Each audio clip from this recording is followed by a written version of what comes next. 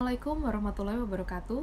Halo semuanya, perkenalkan saya Jasmine Aulia Darmawan, mahasiswa Program Studi Manajemen, Fakultas Ekonomika dan Bisnis, Universitas Negeri Surabaya. Pada kesempatan kali ini, saya akan membahas mengenai tata cara pengurusan izin usaha perseroan terbatas atau PT melalui sistem Online Single Submission atau OSS. Materi ini penting untuk dipahami oleh para pelaku usaha karena legalitas usaha ini tuh merupakan salah satu aspek yang sangat menentukan keberlangsungan dan perkembangan suatu bisnis. Sebelum membahas proses pengurusan izin usaha, kita perlu memahami terlebih dahulu apa yang dimaksud dengan izin usaha. Jadi, izin usaha adalah bentuk legalitas atau persetujuan resmi yang diberikan oleh pemerintah kepada pelaku usaha untuk menjalankan kegiatan usahanya sesuai dengan ketentuan peraturan perundang-undangan yang berlaku.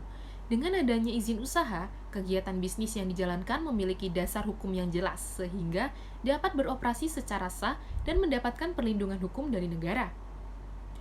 Di era persaingan bisnis yang semakin ketat seperti saat ini, izin usaha bukan lagi sekedar dokumen administratif. Legalitas usaha ini telah menjadi salah satu indikator profesionalisme suatu perusahaan. Banyak pihak seperti konsumen, investor, perbankan, hingga mitra bisnis menjadikan legalitas usaha sebagai salah satu pertimbangan sebelum menjalin kerjasama dengan suatu perusahaan. Selain memberikan perlindungan hukum, izin usaha ini juga memiliki berbagai manfaat lainnya. Yang pertama, izin usaha dapat meningkatkan kepercayaan konsumen terhadap produk atau jasa yang ditawarkan. Untuk yang kedua, izin usaha memudahkan pelaku usaha dalam memperoleh akses pendanaan dari lembaga keuangan seperti bank. Untuk yang ketiga, legalitas usaha dapat mempermudah perusahaan dalam menjalin kerjasama dengan pihak lain, baik pemerintah maupun swasta. Untuk yang keempat, izin usaha membantu perusahaan untuk berkembang secara lebih profesional dan berkelanjutan.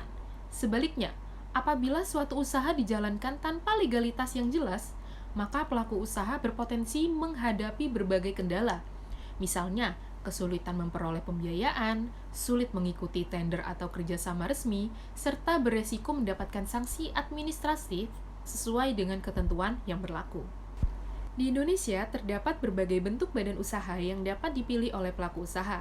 Beberapa di antaranya adalah perseroan terbatas atau PT, ada CV, firma, koperasi, yayasan, usaha dagang atau UD, serta perusahaan perseorangan. Pada video ini, saya memilih membahas perseroan terbatas atau PT karena merupakan salah satu bentuk badan usaha yang paling banyak digunakan oleh pelaku usaha yang ingin mengembangkan bisnisnya secara profesional. Jadi, apa sih PT ini? Jadi, perseroan terbatas atau PT adalah badan usaha berbadan hukum yang modalnya terbagi dalam saham dan didirikan berdasarkan perjanjian. Salah satu keunggulan dari PT ini adalah adanya pemisah antara kekayaan pribadi pemilik dengan kekayaan perusahaan. Dengan demikian, tanggung jawab pemegang saham terbatas pada modal yang ditanamkan dalam perusahaan. Karena memiliki status badan hukum, PT umumnya lebih dipercaya oleh investor, lembaga keuangan, maupun mitra bisnis. Oleh sebab itu, banyak perusahaan yang memilih bentuk badan usaha PT ketika ingin memperluas skala bisnisnya. Setelah memahami pentingnya izin usaha dan mengenal bentuk badan usaha PT, selanjutnya kita akan membahas tahapan pengurusan izin usaha. Sebelum mengurus izin usaha, melalui OSS atau Online Single Submission, calon pendiri PT perlu menyiapkan beberapa dokumen penting. Dokumen tersebut antara lain ada kartu tanda penduduk atau KTP pendiri, nomor pokok wajib pajak atau NPWP, alamat email aktif, nomor telepon aktif, alamat perusahaan, nama perusahaan, serta informasi mengenai bidang usaha yang akan dijalankan. Untuk tahap pertama adalah pendirian perseroan terbatas. Pada tahap ini, pendiri harus menentukan nama perusahaan yang akan digunakan. Nama tersebut harus memenuhi ketentuan yang berlaku dan tidak boleh sama dengan nama perusahaan lain yang telah terdaftar sebelumnya. Jadi, setelah nama perusahaan ditentukan, langkah berikutnya adalah membuat akta pendirian PT melalui notaris.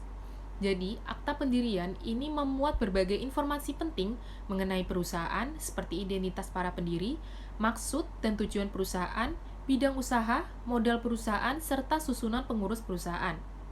Jadi, setelah akta pendiri selesai dibuat, notaris akan mengajukan permohonan pengesahan badan hukum kepada Kementerian Hukum dan Hak Asasi Manusia Republik Indonesia. Jika permohonan disetujui, maka PT secara resmi memperoleh status sebagai badan hukum. Tahap berikutnya adalah pengurusan izin usaha melalui sistem Online Single Submission atau OSS.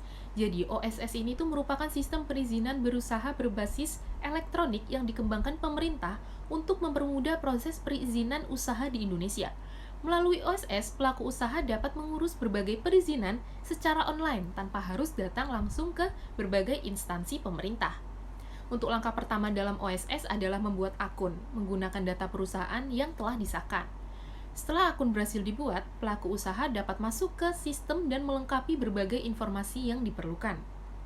Informasi yang harus diisi ini antara lain adalah data perusahaan, alamat usaha, modal usaha, jumlah tenaga kerja, serta bidang usaha yang dijalankan. Jadi pada tahap ini, pelaku usaha juga harus menentukan klasifikasi baku lapangan usaha Indonesia atau KBLI yang sesuai dalam kegiatan usahanya. Pemilihan KBLI ini tuh sangat penting. Kenapa? Karena akan menentukan jenis kegiatan usaha yang diizinkan serta persyaratan perizinan yang harus dipenuhi oleh perusahaan. Setelah seluruh data diisi dengan benar dan diverifikasi oleh sistem, OSS akan menerbitkan nomor induk berusaha atau NIB. Jadi, NIB ini merupakan identitas resmi pelaku usaha yang berfungsi sebagai bukti legalitas dasar dalam menjalankan kegiatan usaha. Selain sebagai identitas usaha, NIB juga digunakan dalam berbagai keperluan administrasi bisnis dan menjadi dasar untuk memperoleh izin usaha lanjutan apabila diperlukan. Pada beberapa jenis usaha yang memiliki tingkat resiko menengah atau tinggi, perusahaan mungkin diwajibkan untuk memenuhi persyaratan tambahan, seperti sertifikat standar atau izin operasional tertentu sesuai dengan bidang usaha yang dijalankan.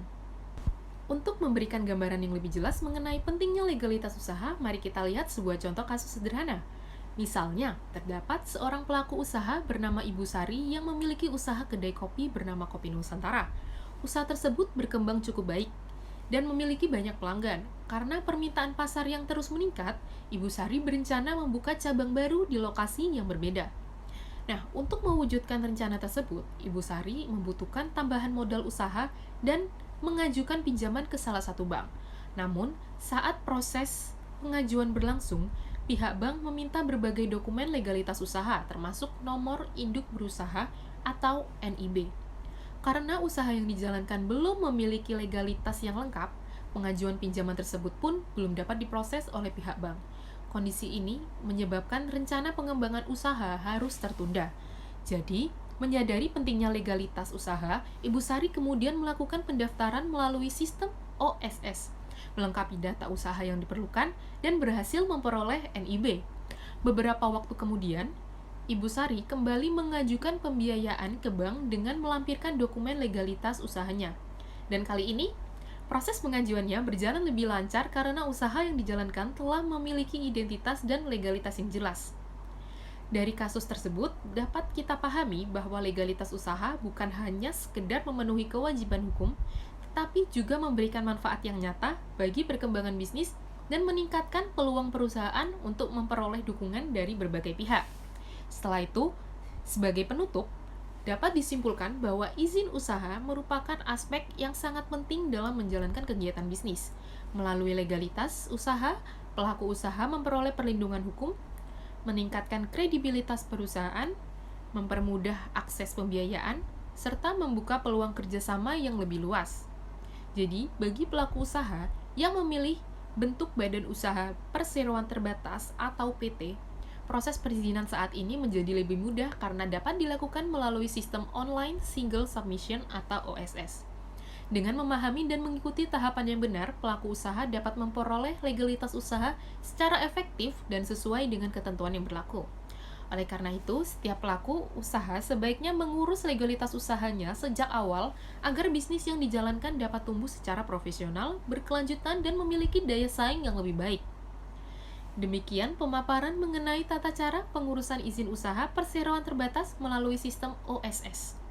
Semoga informasi yang saya sampaikan dapat memberikan manfaat dan menambah wawasan bagi para pelaku usaha. Terima kasih atas perhatian yang diberikan.